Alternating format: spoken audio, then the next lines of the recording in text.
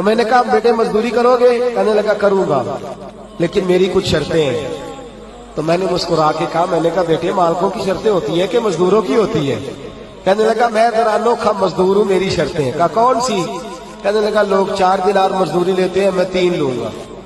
کہتے ہیں میں نے کہا یہ تو بڑی اچھی شرط ہے، باقی کی بھی اس طرح کی رکھ لے۔ 4 لیتے ہیں، میں 3 لوں گا۔ کہا دوسری شرط کیا ہے؟ کہنے لگے جو آپ کام کہیں گے دل جمی سے کروں گا، لیکن جب اذان ہو جائے گی تو میں جہاں کام ہوگا وہیں چھوڑ دوں گا، میں پھر آگے نہیں بڑھوں گا۔ تیسری شرط میری یہ ہے کہ میں کام کروں گا، آپ کے کسی سوال کا جواب نہیں دوں گا۔ کہتے ہیں رند مزاج تھا، مجھے پسند آیا، میں گھر لے آیا، کام بتایا۔ جو کام مزدور سارے دن میں کرتا ہے اس نے 2 گھنٹے میں کر دیا۔ جب آدمی کام شروع کرا لے تو کام بھی نکلتے رہتے ہیں۔ کہتے ہیں میں نے کہا اور کر دو، وہ کام کرنے لگا۔ آپ فرماتے رمضان نہیں تھا ویسے اوقات تھے، کام کرنے لگا۔ دوپہر کا وقت ہوا، ظہر کی اذان ہوئی تو اس نے مٹی نکالی ہوئی ہے بنیاد سے، نی کہتے ہیں پنجاب، مٹی نکال کے باہر رکھی۔ تو رستہ تھا ہمارا گزرنے کا، ادھر اذان ہو گئی۔ میرا بیٹا کہنے لگا چلے جانا نماز پڑھنے کے، ذرا اس کو صحیح کر دو۔ کہنے لگا چپ کر، تیرے والد سے وعدہ ہوا تھا جب اذان ہو جائے گی میں کسی کی نہیں سنوں گا، صرف اپنے خدا کی سنوں گا۔ کہتے وہ وہیں چھوڑ کے چلا گیا۔ دوپہر کا وقت ہوا تو میں نے کہا کہ بڑا نیک ہے، میں نے اس کو کہا کھانا کھا لو۔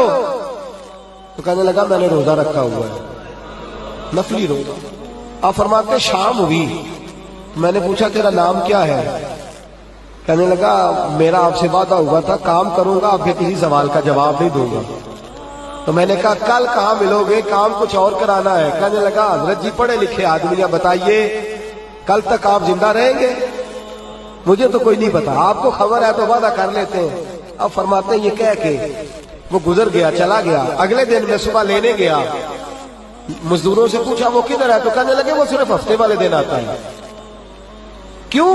اس لیے کہ وہ کہتا ہے میرا ہفتے کا خرچہ 3 دینار ہے، جب میں 3 دینار کما لیتا ہوں باقی سارا ہفتہ اللہ کی عبادت میں اور محمد پر درود پڑھنے میں گزار دیتا ہوں صلی اللہ علیہ وسلم۔ فرمایا اب نہیں آئے گا ہفتے والے۔ فرماتے میں ہفتے تک میں نے انتظار کیا، ہفتے والے دن دوبارہ لینے گیا، لے کے آیا، انہی شرطوں پر دوبارہ کام کرایا۔ تیسرے ہفتے، چوتھے ہفتے پھر میں گیا لینے تو مجھے وہ ہفتے میں بھی نہ ملا۔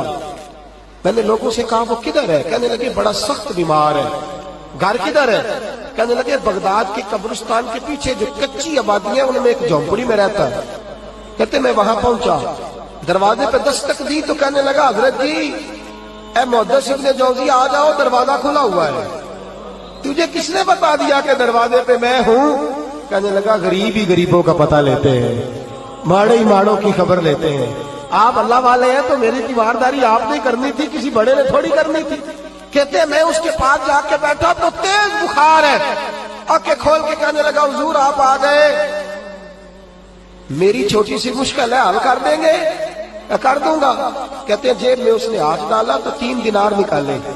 کہنے لگا میں آج رات انتقال کر جاؤں گا۔ کہنے لگا پیسے رکھ لو، میں مر جاؤں گا رات کو، یہ پیسے لے لو، کل آنا جب دن کا اجالا ہو جائے تو میرے ان پیسوں سے کفن دفن کا بندوبست کر دینا، اور اس قبرستان میں قبر کھود کے مجھے دفن کر دینا، اسی کسے دیکھو جی نہیں یہ لگ دے تے نہ کوئی ساڈا دردی، یا دفن کر دینا۔ کہتے ہیں پھر دوسری جیب میں ہاتھ ڈالا اور کہنے لگا یہ انگوٹھی یا ہیرے کی، مجھے جب آپ دفن کر لیں زور سے پہلے تو عصر کے بعد ہارون رشید بادشاہ نکلتا ہے سیر کرنے، اسے آواز دینا، آپ کی بات نہیں سنے گا، کہنا تیری ایک امانت ہے، وہ پھر آپ کو بلائے گا تو انگوٹھی اسے دینا، اور پھر آپ بس یہ 2 میرے کام کر دیں، اللہ آپ کو جزا دے گا، پھر آپ میری طرف سے جزا کے مستحق ہیں، اللہ آپ کو دے گا۔ کہتے ہیں میں نے کوئی اور بات کرنی چاہیے تو اس جوان نے ہاتھ باندھ دیے۔ کہنے لگا حضور وقت تھوڑا رہ گیا ہے، رات جانا ہے، مجھے اپنے رب سے تنہائی کرنے دے، گناہ لمبے چوڑے ہیں معافی مانگنے دے، فہرست بڑی ہے، میرے پاس ٹائم تھوڑا ہے، میں بدکار پرانا خاتمایا، آپ جائیے۔ فرماتے ہیں حضرت محدث ابن جوزی میں اٹھ کے آ گیا، لوگ سو گئے، وہ بھی سو گیا ہوگا، پر مجھے ساری رات نیند نہیں آئی، اس کے جملے مجھے ستاتے رہے۔ رات بڑی مشکل سے کٹی، دن کا اجالا چمکا، بڑی مشکل سے سورج نکلا تو میں گیا، دروازے پہ ہاتھ رکھا تو دروازہ پہلے ہی کھل گیا، خوشبوئیں دور دور تک میرا استقبال کرنے لگی۔ کہتے چہرے سے کپڑا ہٹایا تو یوں لگا ابھی ابھی دیدار کر کے سویا ہے. کہتے ابھی ابھی سویا ہے. میں نے 2-3 آدمی ساتھ لیے تھے, غسل دیا, کفن پہنایا. جب جنازہ لے کے اٹھے تو پتہ نہیں مخلوق کدھر کدھر سے آ گئی. یہ عاشق کا جنازہ ہے, ذرا دھوم سے نکلے. یہ عاشق کا جنازہ ہے, ذرا دھوم سے نکلے, اور محبوب کی گلیوں سے ذرا گھوم کے نکلے. اور میرے مرنے پہ آنسو شور مچ جائے گا, دیکھو گے. کہنے الوداع سرکار خود تشریف لائیں گے. کہتے ہیں جنازہ اٹھا تو پتہ نہیں کدھر کدھر سے مخلوق آئی, اسے دفن کیا. فرماتے ہیں عصر کے بعد میں انگوٹھی لیے گیا, ہارون رشید نکلا, آواز دی, میری بات نہ سنی. اور میں نے کہا تیری ایک امانت ہے میرے پاس. مجھے تنہائی میں لے گیا. جب میں نے انگوٹھی دی تو چیخے مار کے رونے لگا. کہنے لگا انگوٹھی والا کدھر ہے؟ وہ کدھر گیا انگوٹھی والا؟ میں نے کہا اس کا تو انتقال ہو گیا. کہتے ہیں ہارون رشید تڑپا, اتنا رویا بادشاہ کہ مجھ سے سنبھلا نہ گیا.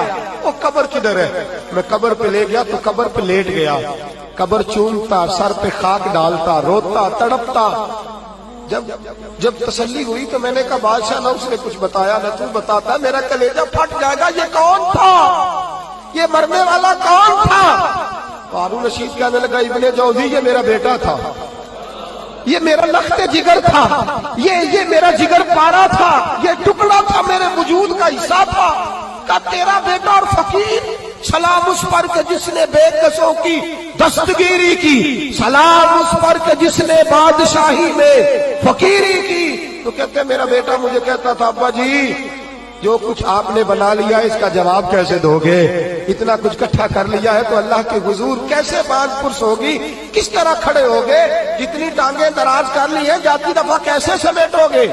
درویشوں کے پاس بیٹھتا تھا, بہلول دنا کے پاس جاتا تھا, یہ بزرگوں کی دعوت تائی کے پاس جاتا تھا, حاضری دیتا تھا. اس کا دل دنیا سے دور ہو گیا تھا.